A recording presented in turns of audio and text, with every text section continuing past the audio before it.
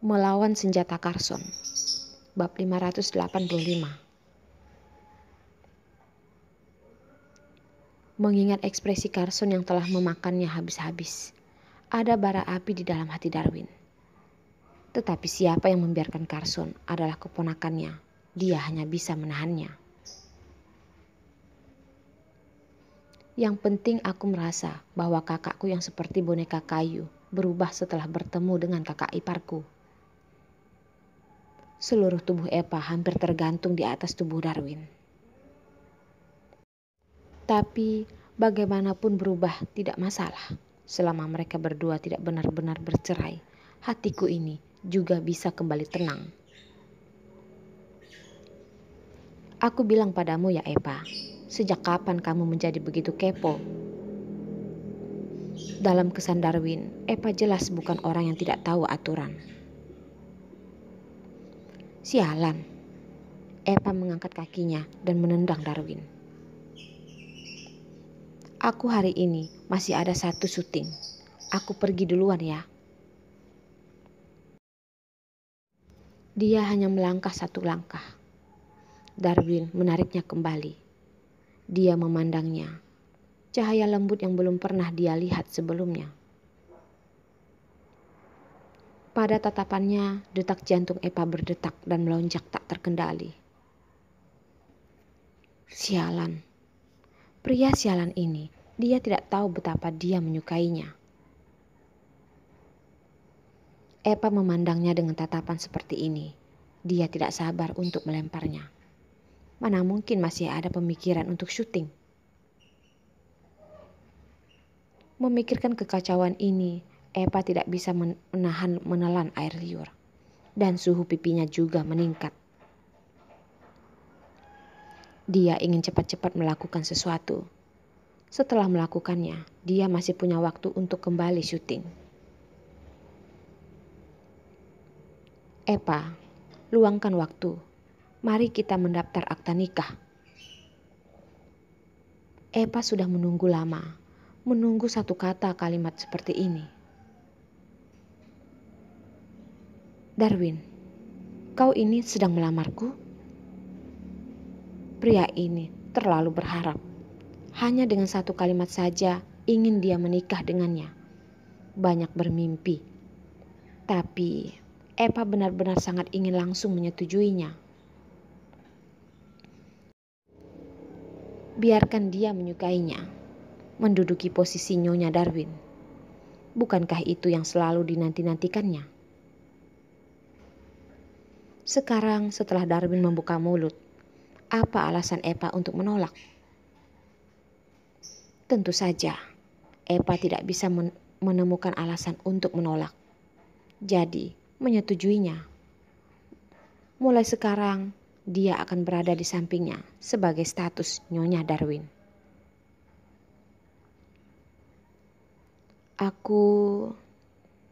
Kata menyetujui, Epa belum mengatakan apa-apa. Tiba-tiba dia mendengar Darwin berkata, "Aku hanya asal bicara, jangan menganggapnya serius." Sial. Epa mengangkat satu kaki, menendang ke bagian pentingnya. Dan suasana hatinya yang baik hancur dibuat bajingan yang bau ini. Darwin sedikit memiringkan sisi tubuhnya, lolos dari serangan Epa. Membawanya dalam pelukannya dengan liar menciumnya. Mata Epa melebar dan dia mengeluarkan suara tidak puas. Dia ingin membuka mulutnya dan menggigit bajingan bau itu. Di kota B, klub bintang. Seorang pria parubaya memasuki gerbang dan tidak membiarkan petugas memimpin. Dia akrab dengan jalan menuju ruang VIP bersama Shine. Mendongak menatap pintu ruangan. Dia tanpa mengetuk pintu langsung mendorong pintu. Tuan muda, rencana kita di kota Pasir Bumi untuk memindahkan Arila sudah gagal.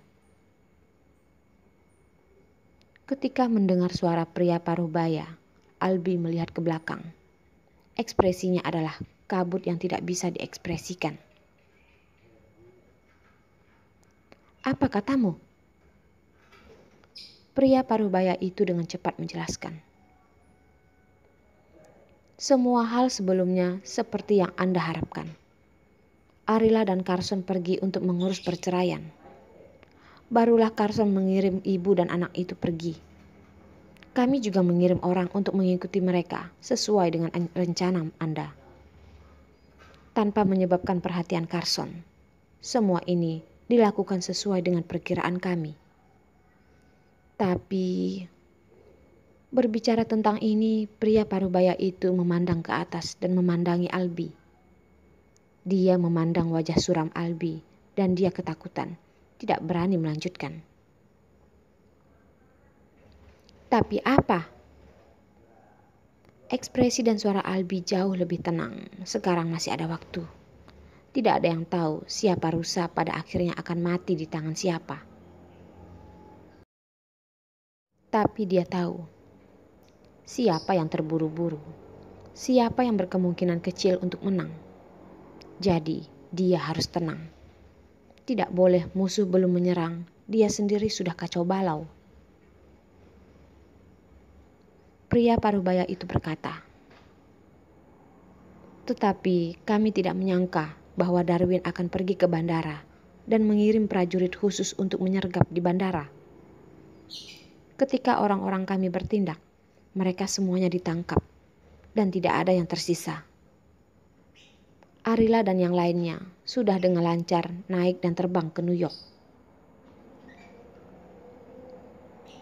Darwin membawa pasukan khususnya dan menangkap orang-orang kita." Albi mencibir. "Sepertinya Arila di dalam hati Carson lebih penting dari yang kau dan aku bayangkan. Seperti yang dikatakan anak buahnya, perkembangan lain ada dalam genggamannya. Tetapi dia tidak menyangka bahwa Carson akan membiarkan Darwin secara pribadi mengirim orang. Dan Darwin juga dengan patuh mengirim prajurit khususnya. Di dunia militer tidak ada yang tahu bahwa wilayah militer pasir bumi memiliki kemampuan tempur terkuatnya. Sama sekali tidak pernah membayangkan bahwa dia akan mengirim pasukan khusus dengan kemampuan tempur yang kuat untuk melindungi seorang wanita. Bahkan tidak terpikirkan oleh mereka, maka dapat membuktikan bahwa di dalam hati Carson, Arila jauh lebih penting dari yang mereka pikirkan."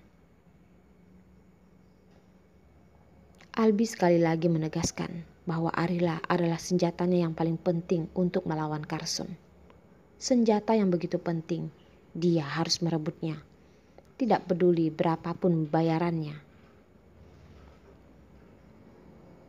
Melihat Albi jauh lebih tenang, pria parubaya itu berkata,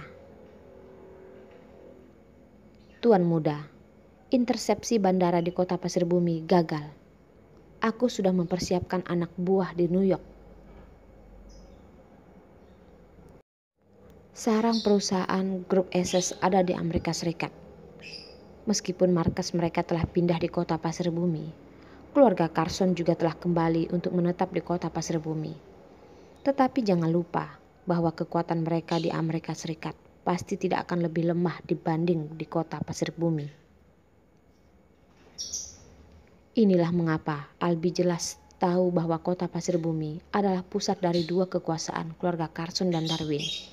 Dan juga alasan mengapa ingin membiarkan orang mencegat Arila.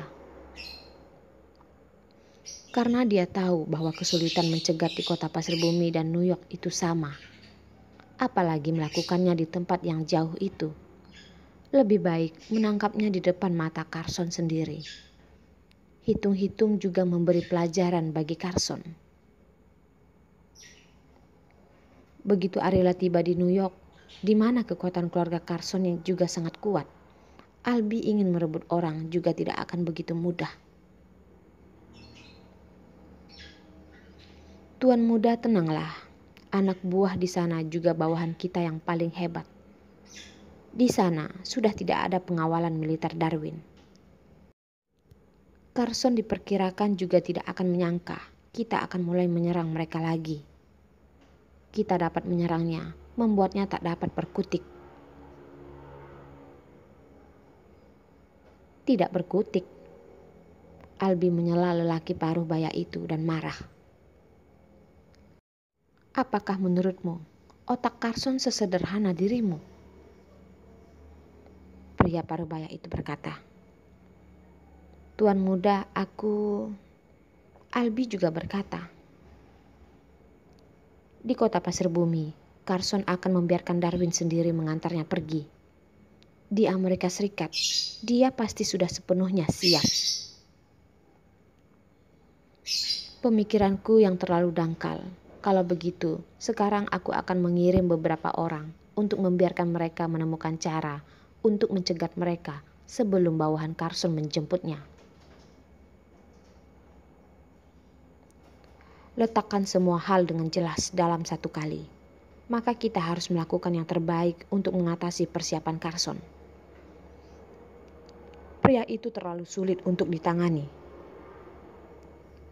Masalah tidak berkembang seperti yang dia harapkan, dan itu membuat sakit kepala. Tapi setidaknya langkah pertama dia yang memenangkannya.